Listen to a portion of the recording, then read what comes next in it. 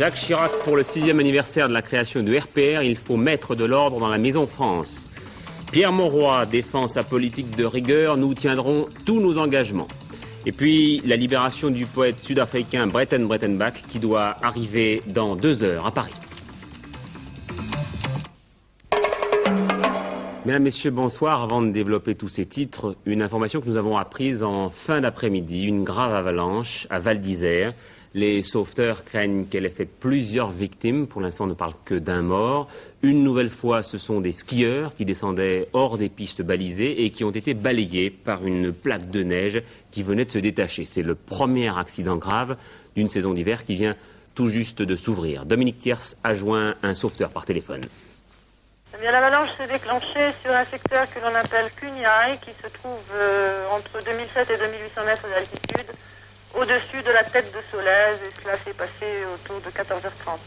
Sur place, il y avait en fin d'après-midi environ 200 personnes, 200 hommes participant au secours, constitués du service d'épices de Val d'Isère bien sûr, mais à qui avaient prêté main forte des bataillons de CRS, de gendarmes et de militaires qui se trouvaient sur place à Val d'Isère pour le critérium de la première neige. Les recherches continuent, les espoirs s'amoindrissent, mais on ne sait pas s'il reste ou non des personnes qui auraient été prises sous l'avalanche, puisque 4 ont été retrouvées. On ne pense pas qu'il y en ait plus, mais on continue les recherches. Parmi ces 4 personnes, 2 ont été retrouvées saines et sauves. Elles sont bien sûr choquées, mais non, elles ne sont pas blessées. Une est en service réanimation actuellement et une est malheureusement décédée. La politique maintenant, à 4 mois tout juste des municipales, les interventions dominicales des leaders s'intensifient, de part et d'autre le ton monte, 2 grands ténors, aujourd'hui Pierre Mauroy pour le gouvernement et Jacques Chirac pour l'opposition. Le président du RPR était là pour le 6e anniversaire de la création de son mouvement en compagnie d'une vingtaine de milliers de militants au parc floral de Vincennes. L'occasion pour lui de prononcer un discours très ferme à l'encontre du gouvernement. Jean-Louis Le Senne. Le RPR revendique aujourd'hui 35 000 adhérents à Paris. 6 ans jour pour jour après sa création, porte de Versailles, et à 3 mois d'élections capitales, notamment à Paris, le mouvement de Jacques Chirac ne pouvait pas faire autrement que d'organiser un meeting à la mesure de ses ambitions. Passé l'heure de l'amusement et du spectacle, des sandwichs et des canettes de bière, il était également normal qu'on entre de plein pied dans le discours politique. Et d'emblée, le président du RPR attaquait sur la nécessité de l'alternance. Le socialisme a échoué face à la crise et il faut remettre de l'ordre dans la Maison France. Jacques Chirac a profité de l'occasion de cette rencontre avec les militants parisiens pour donner un aperçu du projet politique qu'il dévoilera à la porte de Versailles le 23 janvier prochain. 3 thèmes, économie, indépendance et démocratie du quotidien, avant d'en arriver au rôle de l'opposition et plus particulièrement du RPR. Ni révolution idéologique, ni restauration du passé, mais une politique de renouveau républicain. C'est dans cet esprit que nous devrons préparer les prochaines élections municipales. Ces élections permettront au peuple français de faire passer un message à ceux qui nous gouvernent, message dont ils ne pourront pas, s'ils sont des démocrates, ne pas tenir compte s'il est exprimé avec suffisamment de force. Et ces élections devront mobiliser pour leur campagne l'ensemble de nos énergies. Nous ne devons pas dire simplement « on va gagner ». Il faut dire « on va tout faire pour gagner les élections ». Ni révolution, ni restauration, Jacques Chirac a employé les 2 mots qu'avait employé Valéry Giscard d'Estaing la semaine dernière au congrès UDF de Pontoise. Pourtant, il n'a pas cité une seule fois, lui, le nom de l'ancien président de la République. C'est sans doute que si les militants du RPR, très politisés sur le terrain, ressentent la nécessité de l'union de l'opposition, en revanche, viscéralement, ils doutent encore de la réalité de la réconciliation entre les 2 leaders incontestés de l'opposition. Toujours dans le camp de l'opposition, ce propos de Simone Veil dans notre journal L'Antenne de Midi. Entre l'UDF et le RPR, il n'y a pas de différence essentielle de choix de société. En tout cas, beaucoup moins qu'au sein de la majorité actuelle entre marxistes et non-marxistes. Enfin, pour le centriste Bernard Stasi, il ne saurait y avoir d'entente aujourd'hui entre le centre et l'actuel gouvernement. Et en écho, Lionel Jospin lui répond, le Parti socialiste ancré à gauche n'est nullement tenté par le centre. Alors, le gouvernement, parlons-en. Son chef, Pierre Mauroy, était ce soir l'invité de l'émission RTL Le Monde. Il a défendu une nouvelle fois sa politique d'austérité et a promis de tenir tous ses engagements. Ce sont tous les engagements que nous avons pris dans le domaine de la décentralisation, nous voulons les tenir. Tous les engagements que nous avons pris sur le plan économique, dans le domaine des nationalisations, dans le domaine des droits des travailleurs, nous voulons les tenir et c'est notre honneur. Tous les engagements que nous avons pris sur le plan de l'avancée sociale, nous les tenons.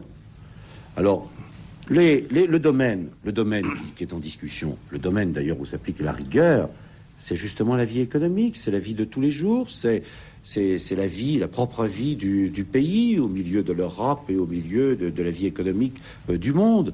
L'inflation, en mai, on avait décidé de lutter contre l'inflation. Bon, on avait décidé de mener contre l'inflation, si vous voulez, une action à petite vitesse. Alors, on était passé de 14, on était tout de même passé à 12,5. Quand on a vu que la reprise n'était pas au rendez-vous, qu'il y avait nécessité alors là d'aller beaucoup plus loin, c'était la grande vitesse. C'était les mesures auxquelles je faisais allusion tout à l'heure. Le chômage. Je n'ai jamais pris l'engagement de dire le chômage, ça va être terminé avec nous. Même personne n'attend de nous que vous aviez dit que ça commencerait à diminuer en 83. Je vous ai dit que fin 82, nous serions 2 millions de chômeurs. Nous serions sur la crête des 2 millions de chômeurs. Nous y sommes. Nous sommes sur la crête des 2 millions de chômeurs. Et je pense que les économistes que vous êtes peuvent rendre tout de même, sinon hommage, tout de même reconnaître que ce gouvernement, alors que dans d'autres pays le chômage augmente, et de quelle façon? Une augmentation de 6% le dernier mois en Allemagne, une augmentation en Grande-Bretagne, une augmentation partout. En France, le chômage augmente 3 fois moins vite qu'avec M. Barre, Premier ministre. Il augmente 3 à 4 fois moins vite qu'en Grande-Bretagne, qu'en Allemagne, qu'en Belgique. Voilà le fait. Et je vous dis tranquillement que sur cette crête de 2 millions de chômeurs, je vais me battre. À la charnière de l'actualité nationale et internationale ce soir, la libération de l'écrivain sud-africain Breitenbach. L'homme, poète de race blanche, a passé plus de 7 ans en prison pour subversion. Il est marié à une Française d'origine vietnamienne et c'est donc la France qu'il a choisie pour son exil. Dès sa libération ce matin, Paris avait en effet accéléré les démarches pour avoir cette libération. Son avion doit se poser en France dans la soirée. Maurice Werther. Breitenbach, que nous voyons ici interrogé à Bruxelles par nos confrères de la télévision belge néerlandophone, avant son retour en Afrique du Sud, est poète et peintre. Il avait vécu 13 ans en France avant de retourner clandestinement avec de faux papiers en Afrique du Sud afin d'y reprendre la lutte contre l'apartheid. Repéré et filé sans doute dès son départ de Paris, il a été arrêté en 1975, jugé au tribunal de Pretoria et arrêté et condamné à 9 ans de prison pour mener subversive. Circonstance aggravante, on l'a dit, sa femme Yolande, de nationalité française, est d'origine vietnamienne. Aussi, M. Breitenbach tombe-t-il sous le coup du Mixed Marriage Act qui interdit les mariages dits interraciaux. Donc, M. Breitenbach a été libéré avec 2 ans de réduction de peine pour bonne conduite, disent les autorités d'Afrique du Sud. Le gouvernement français avait multiplié les démarches pour obtenir sa libération, de la même façon qu'il était intervenu pour obtenir celle du poète cubain Valladares. Dans l'un et l'autre cas, démarche purement humanitaire, dit-on au Quai d'Orsay. Espagne, le chef présumé des groupes de résistance antifascistes du 1er octobre, plus connu sous le nom de Grapo, mouvement d'extrême gauche, a été abattu ce matin à Barcelone au cours d'un affrontement avec la police. Juan Martín Luna était depuis longtemps recherché par la police. Il était à la tête d'un mouvement qui, il y a un mois encore, multipliait les actes de terrorisme avant de décréter une trêve avec le gouvernement. Londres, départ ce matin de l'attaché naval soviétique expulsé par la Grande-Bretagne pour activité incompatible avec son statut de diplomate, entendez donc pour espionnage. De tout temps, les services de contre-espionnage britanniques ont toujours eu du pain sur la planche et un certain nombre de grands espions britanniques, ceux-là, ont dû se réfugier en URSS, par exemple Burgess, Philby ou bien Donald Maclean, qui vient d'être hospitalisé aujourd'hui à Moscou. Bernard Rapp suit toutes ces affaires de très près.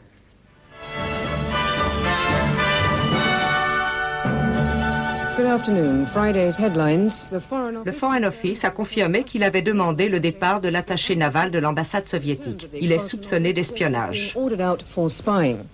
De son côté, le professeur Hambleton a affirmé au cours de son procès qu'il était en fait un agent canadien. Ce journal télévisé est typique de la semaine que vient de vivre la Grande-Bretagne, une semaine qui aura connu 5 affaires d'espionnage, pas moins.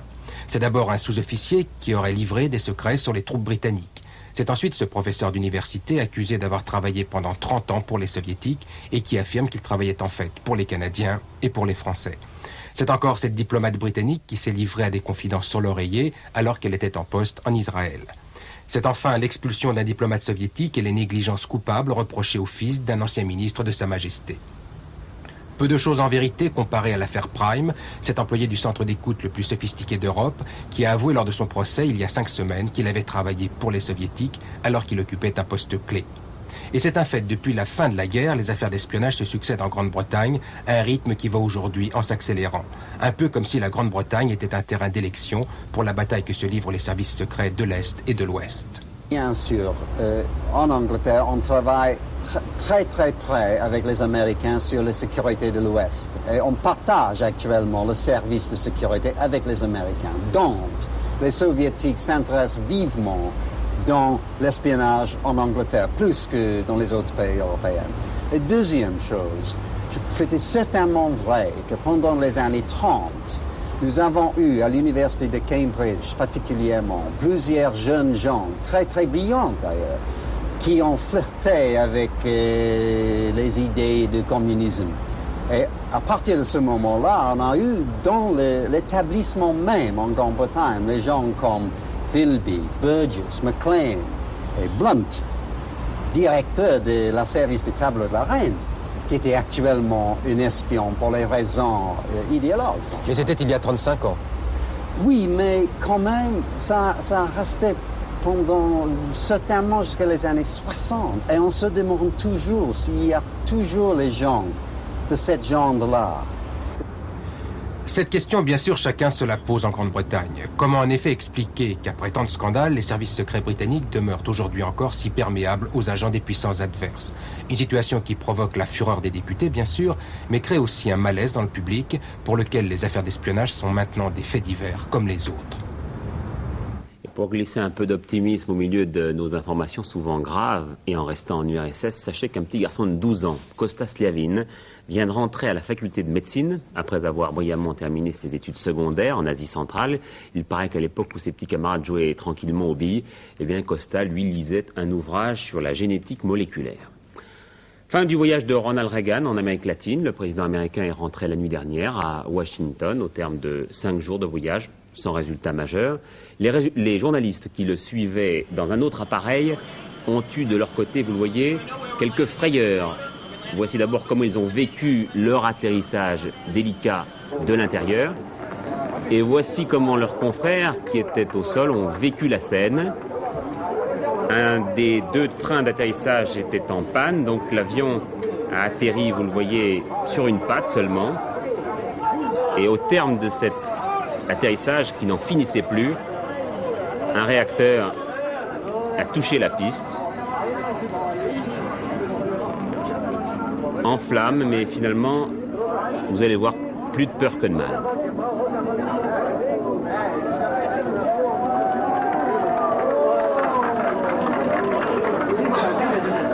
Et les Américains, comme d'habitude, applaudissent.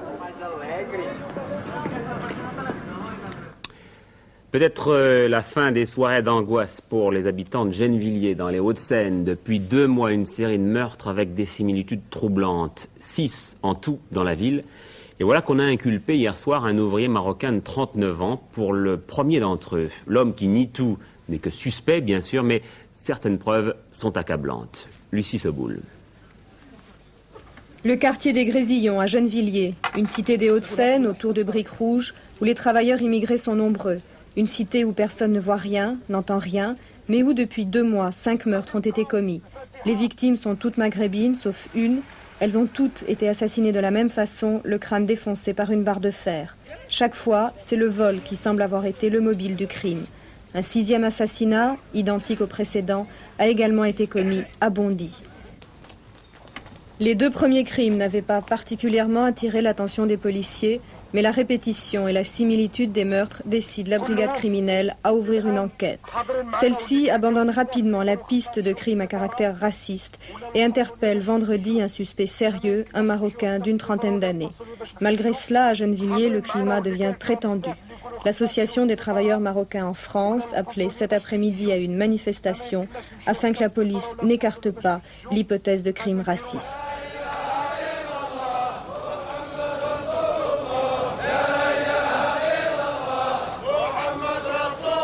Le principal suspect, El Hussein Melou, qui avait été interpellé vendredi soir par la brigade criminelle, a finalement été inculpé hier soir pour le premier des assassinats, celui de Fatma Mrezen, commis le 30 septembre à Gennevilliers. Dès vendredi, en effet, il a été reconnu par 4 Marocains victimes de vol avec violence à Gennevilliers. On sait d'autre part que des charges ont été retenues contre lui. Des objets appartenant aux victimes auraient été retrouvés à son domicile.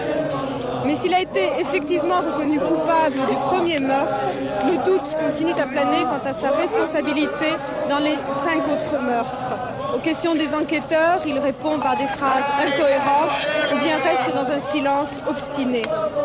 El Hussein Melouk était au chômage depuis 2 mois, une date qui coïncide avec celle des premières agressions. Et puis toujours dans la région parisienne, un drame horrible hier soir à Puteaux, 3 morts et 2 blessés graves à la suite d'un incendie dans un immeuble insalubre. À l'origine sans doute l'imprudence d'un enfant, mais aussi les épouvantables conditions de vie des occupants de l'immeuble. Construit en 1952, cet immeuble surpeuplé abritait des familles immigrées. Lorsque l'incendie s'est déclaré hier soir dans un appartement du 2e étage, puis propagé dans les autres logements, personne n'a été étonné. Les locataires et voisins du centre d'hébergement accusent la municipalité de ne pas respecter les normes de salubrité et de sécurité. Je dirais que tout l'immeuble n'est pas conforme aux normes de sécurité. Alors c'est tout un travail à refaire. Par exemple, qu'est-ce qui n'était pas conforme aux normes? Les compteurs électriques, les prises de courant, les cloisons. Qu'est-ce qui se passait par exemple? À quel problème étiez-vous confronté? Le problème, c'est qu'on entendait ce qui se passait dans l'immeuble d'un bout à l'autre. Et qu'est-ce qui s'est passé au niveau des extincteurs? On a dit qu'il y avait peu d'extincteurs. Combien y en avait-il? J'ai entendu dire qu'il y en avait 4. Et que sur les 4, il y en avait 3 qui ne fonctionnaient pas. Il y avait déjà eu un incendie dans cet immeuble? Depuis que je connais cet immeuble, il y en a eu 4. Regardez, mon beau-frère, il a 3 petits gamins habités dans une petite pièce de rien du tout avec des gosses malades. Moi-même, j'ai vu monsieur le maire ici. Je l'ai emmené, on a demandé une audience pour les appartements. Ça fait 3 ans que ça dure. Ça, c'était fatal que ça arrive un jour ou l'autre. Je ne sais pas s'il y a une fatalité en pareille matière. Cet immeuble existe depuis 1952. Et il ne s'est jamais produit d'incendie jusqu'à présent, ni de malheur de cette nature. Donc, je suis moins sûr de cette fatalité. Les cloisons n'étaient pas en bois, comme il a été dit. C'était des cloisons en dur et le feu ne s'est pas propagé plus rapidement qu'ailleurs. Il n'y a pas obligation pour un propriétaire d'installer des extincteurs. Il se trouve qu'il y en avait. Il se trouve qu'ils avaient été vérifiés il y a 1 mois. Il se trouve que selon des informations en ma possession, ils ont fonctionné. Cet immeuble-là, la municipalité avait décidé de le conserver parce qu'il était un immeuble tout à fait acceptable. Corse, après la saisie près de Calvi du plus important stock clandestin d'explosifs jamais découvert dans l'île, interpellation hier soir d'un militant nationaliste dont l'identité n'a pas été révélée. Je vais maintenant vous raconter l'histoire assez étonnante de M. Georges Apap, procureur de la République de Valence. C'est aussi un citoyen comme les autres. Alors mardi dernier, il fait la queue pendant plus d'une demi-heure à la gare de Lyon pour acquérir le supplément obligatoire afin de monter dans le TGV Paris-Valence. Il avait déjà son billet et sa réservation. Il manquait donc le supplément. Mais le train allait partir, il saute dedans et se propose de payer le supplément auprès du contrôleur. Lequel contrôleur ne veut pas. Il désire le supplément plus une amende et en prime l'identité du voyageur. Notre procureur refuse, il n'aime pas faire état de sa qualité de magistrat. Alors à son arrivée à Valence, il est retenu par 2 agents de la SNCF, puis conduit au commissariat en fourgon, et cela dure. Et quand cela se termine, Le procureur de la République porte plainte contre la SNCF. Sa plainte est donc déposée sur le bureau du procureur de la République, c'est-à-dire son propre bureau. Et notre homme, Georges Apap, magnanime, décide de classer la plainte pour ne pas pénaliser, dit-il, deux lampistes qui avaient agi sur ordre de la SNCF. Mais depuis, le procureur ne cesse de recevoir des témoignages de solidarité. À Valence, on aimerait bien qu'il prenne la tête d'un mouvement anti-abus administratif. Et je vous signale que c'est d'ailleurs l'un des objectifs que nous espérons atteindre début janvier avec le lancement d'une nouvelle émission que nous préparons avec Michel Toulouse pour le samedi à l'heure du déjeuner. Et nous aurons alors besoin de vos lettres et de vos témoignages. Des nouvelles de Barney Clark maintenant, dont le cœur en plastique bat depuis mercredi. Son état reste sérieux après une opération la nuit dernière qui consistait à éliminer l'air relâché dans le tissu cellulaire à la suite de la rupture de plusieurs alvéoles pulmonaires.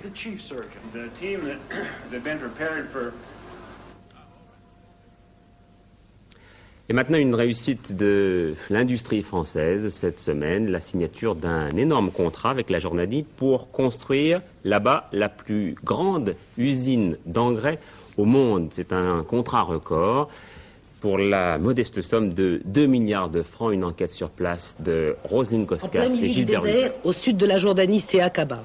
Ici, il y a 10 ans à peine, il n'y avait rien, juste quelques dunes. Aujourd'hui, c'est la plus grande usine d'engrais du monde. Une usine construite par une société française pour la bagatelle de 2 milliards de francs lourds. Pour la Jordanie, l'enjeu est de taille. Il s'agit de transformer sa seule ressource, le phosphate, pour en faire des engrais. Pour la France aussi, c'est une bonne affaire. Des centaines d'heures de voyage, des jours entiers de négociations et au bout du compte, ce contrat. 120 cm de hauteur, le contrat du siècle qui marie pour le meilleur et pour le pire la société Spi-Batignolles au gouvernement jordanien. C'est en 1972 qu'un émissaire du roi vient proposer l'affaire Aspi. La société française est connue, ce genre de choses, elle sait faire. Mais le roi veut une usine clé en main, il faut associer les fabricants de cheminées, de tuyaux et de pompes. Et tout n'a pas été simple. Quand nous promettons une offre comme cela, qui est une offre qui est un ensemble d'une usine complète, nous sommes obligés de faire appel à différents vendeurs, à différents sous-traitants, qui nous remettent leurs offres, qui nous permettent donc de faire une offre globale. Elles seront plus de 100, les entreprises françaises à Aqaba. 100 sociétés qui raflent la moitié du contrat. 1 milliard de francs lourds. Elles fabriquent les tubes, elles montent les silos, jusqu'au hangar où sont entreposés les engrais. La cathédrale, comme on l'appelle ici, qui est entièrement soutenue par du bois des Vosges.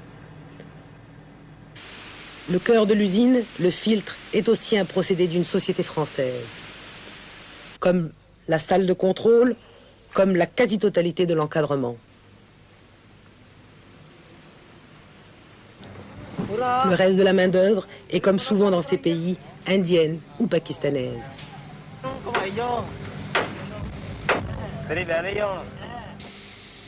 Si le projet industriel est au point, il faut maintenant trouver l'argent.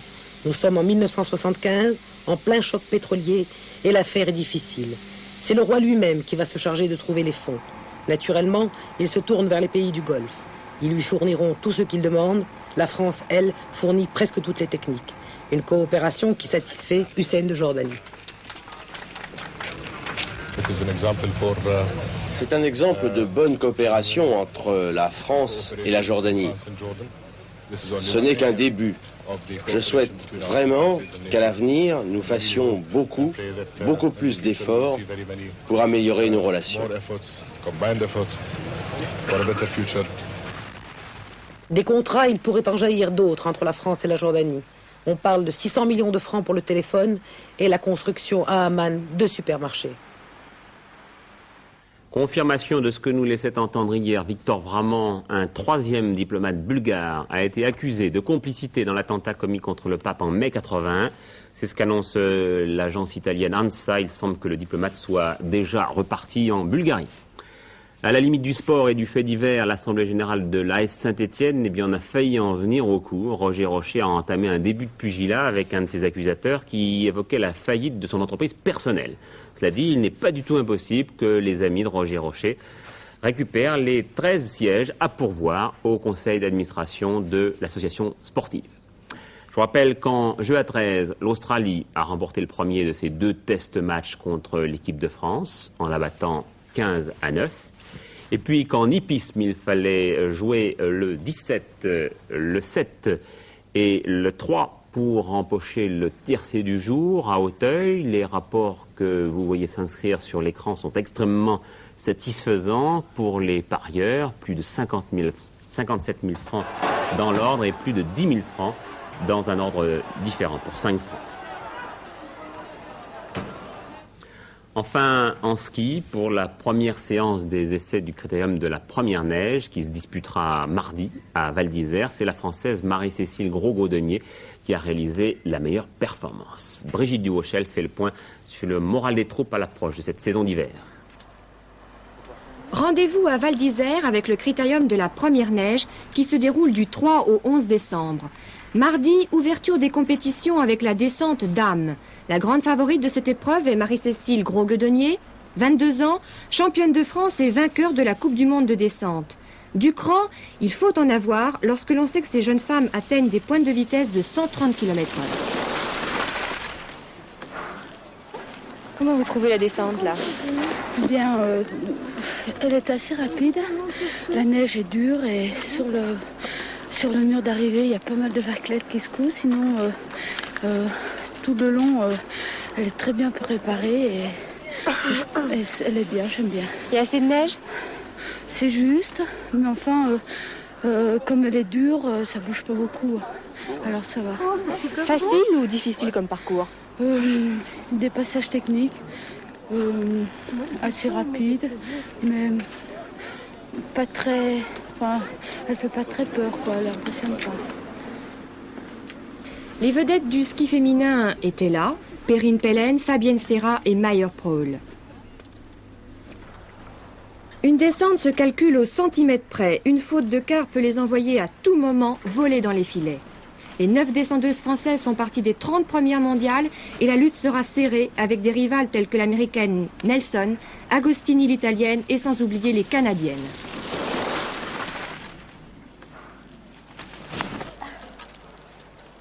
La neige, on en parlait tout à l'heure avec l'avalanche de Val d'Isère en début de journal. On va en reparler dans les prévisions de la météo. Alain Gillot-Pétret. Non pas qu'il y aurait de la neige demain, il y aura plutôt du redoux sur l'ensemble du pays, mais le fait est qu'il faut maintenant commencer à réfléchir sur cette période dans laquelle nous rentrons, où il peut y avoir du redoux sur des chutes de neige, et cela, bien entendu, pourrait causer des avalanches. Donc la plus grande prudence est recommandée à tous ceux qui font du ski, surtout ceux qui font du ski hors piste. Regardez là cette neige, on peut la voir sur la photo satellite. Regardez là, c'est le massif des Alpes.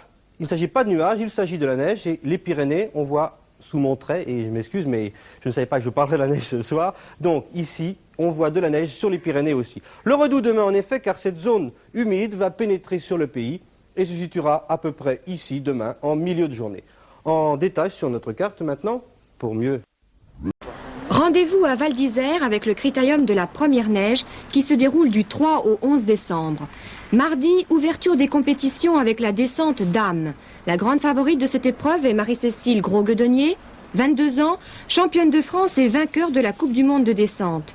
Du cran, il faut en avoir lorsque l'on sait que ces jeunes femmes atteignent des pointes de vitesse de 130 km/h. Comment vous trouvez la descente là? Bien, elle est assez rapide. La neige est dure et sur le mur d'arrivée, il y a pas mal de vaguelettes qui secouent. Sinon, tout le long, elle est très bien préparée et elle est bien, j'aime bien. Il y a assez de neige? C'est juste, mais enfin, comme elle est dure, ça bouge pas beaucoup. Alors ça va. Facile ou difficile comme parcours? Des passages techniques, assez rapides, mais pas très... Enfin, elle fait pas très peur, quoi, elle impressionne pas. Les vedettes du ski féminin étaient là, Perrine Pellen, Fabienne Serra et Mayer Prohl. Une descente se calcule au centimètre près. Une faute de quart peut les envoyer à tout moment voler dans les filets. Les 9 descendeuses françaises sont parties des 30 premières mondiales et la lutte sera serrée avec des rivales telles que l'américaine Nelson, Agostini l'italienne et sans oublier les canadiennes.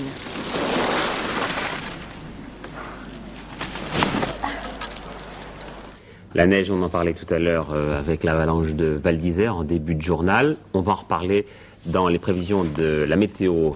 Alain Gillot-Pétret.